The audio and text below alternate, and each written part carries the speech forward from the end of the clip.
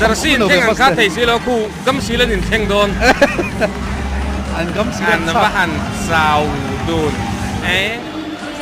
đi chân anh châu tổ đầu chiêng tôi mất tăng à anh kia luôn tổ lâu à bắt hành mà bắt hành muốn làm mía về chú khán giả có rồi thì nó ăn lốp về ta về lấy dễ thôi mi dâu pa in châu tắc cái này phải chân châu mi dâu pa in châu tắc kia body shot overhand right khi tiếng bốc kia khi ra là kian chiang chuyển gốc mày cột sân khi ăn thử chán này cái đúng không chiang thấy gốc màyถ้ากินมันเทียมเลยเดี๋ยวเล็กนึงก็เชียจักตัวจอกพอเชียเทียมหาจัดสเตอริลรูปหาเวงก็ทั้งจัดสเตอริลรูปโว้ยเวียนมั่มไม่เห็นเลย